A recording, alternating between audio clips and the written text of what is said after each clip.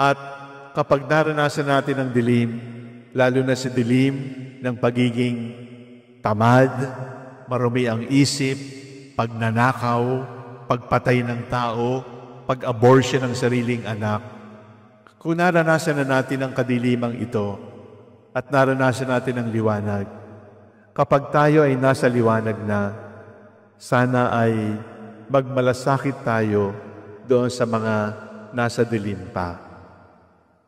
Kung galing tayo sa dilim at pagkatapos ay nakakita tayo ng liwanag, subalit mayroon pang namumuhay sa dilim, hindi tayo maaaring humatol, hindi tayo pwedeng pagtawanan ng nasa kadiliman, hindi tayo pwedeng magpabaya sa kanila.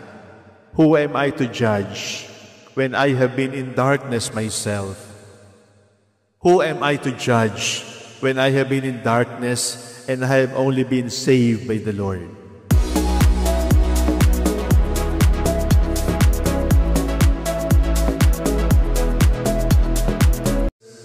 Our honorable government officials, my dear brothers and sisters in Christ, ang pangalan po ng Facebook page ng Our Lady of Purification Parish ay Liwawa,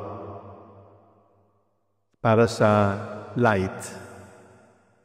Ang piyesta ng Binmali ay piyesta ng liwanag, piyesta ng liwawa.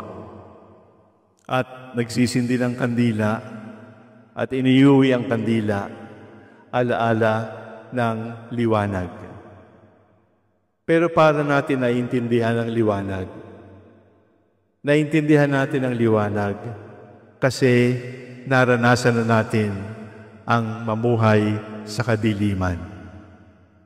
Hindi natin maintindihan ang liwanag kung hindi natin naiintindihan ang dilim. At hindi tayo iiwas sa takot ng dilim kung alam natin na wala na tayong pag-asa at wala nang liwanag na naghihintay. Kaya po sa fiesta ng Binmali sa araw na ito, bagamat tayo ay nagpapasalamat sa biyaya ng liwanag ng Binmali, ang una kong paanyaya sa inyo ay alalahanin natin ang dilim na pinanggalingan natin. Naranasan na natin ang dilim, maaaring sa pamilya, namatayan o nagkasakit, maaaring sa trabaho, napagbintangan o nawalan ng trabaho. Naranasan na natin ang dilim na hindi pansinin, na masiraan ng loob. Naranasan na natin ang dilim. At kapag naranasan natin ang dilim, lalo na sa dilim ng pagiging tamad, marumi ang isip, pagnanakaw, pagpatay ng tao, pag-abortion ng sariling anak, kung naranasan na natin ang kadilimang ito at naranasan natin ang liwanag, kapag tayo ay nasa liwanag na, sana ay magmalasakit tayo doon sa mga nasa dilim pa. Kung galing tayo sa dilim at pagkatapos ay nakakita tayo ng liwanag, subalit mayroon pang namumuhay sa dilim, hindi tayo maaaring humatol, hindi tayo pwedeng pagtawanan ng nasa kadiliman, hindi tayo pwedeng magpabaya sa kanila. Who am I to judge when I have been in darkness myself?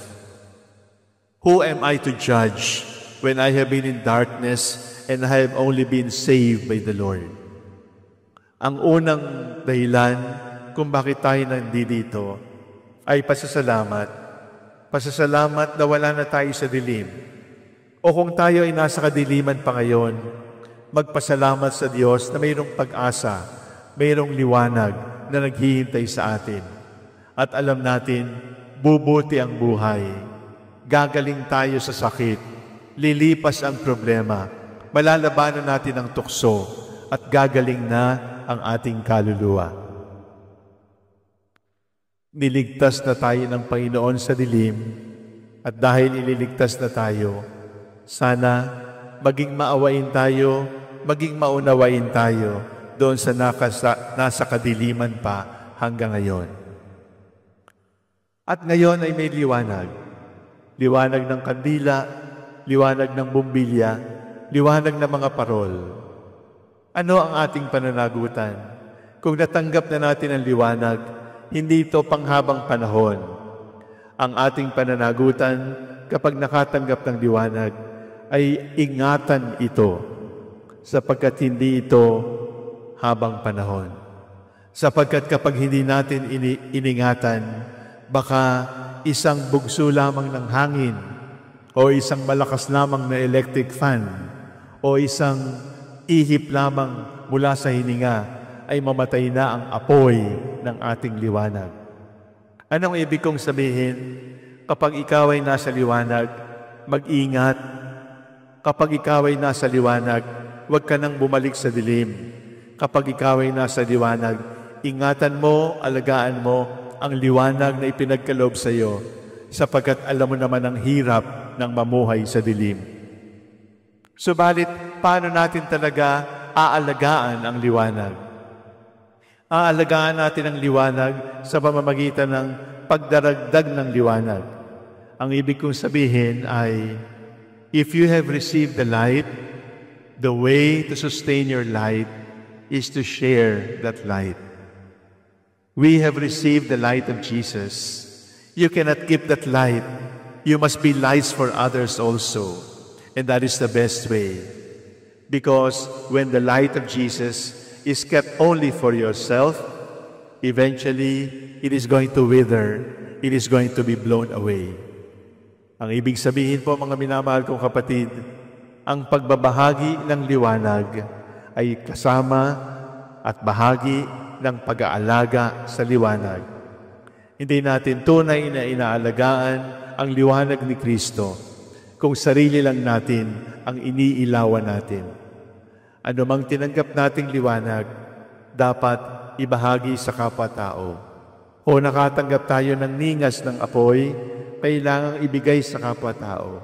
Kung nakatanggap tayo ng liwanag ng apoy, kailangan nating ibahagi ito sa mga nasa kadiliman upang dumami ng dumami ang mamumuhay sa liwanag.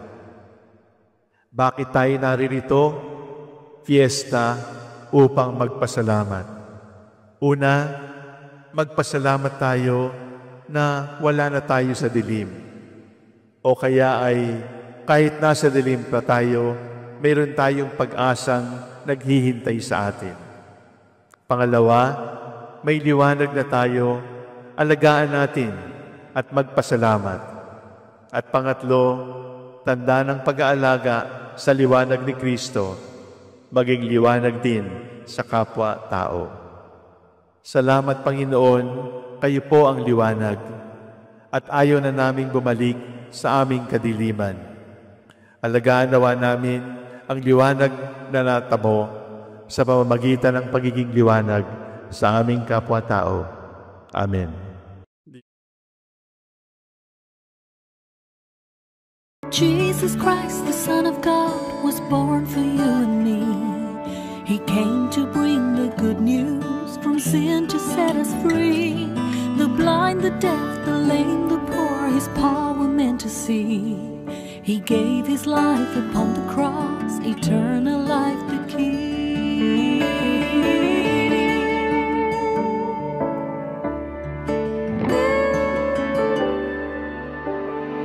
He broke bread and shed wine before His agony. We share the body and the blood in His memory. To make His message known is our responsibility. So here we are to pledge our lives to the Lord.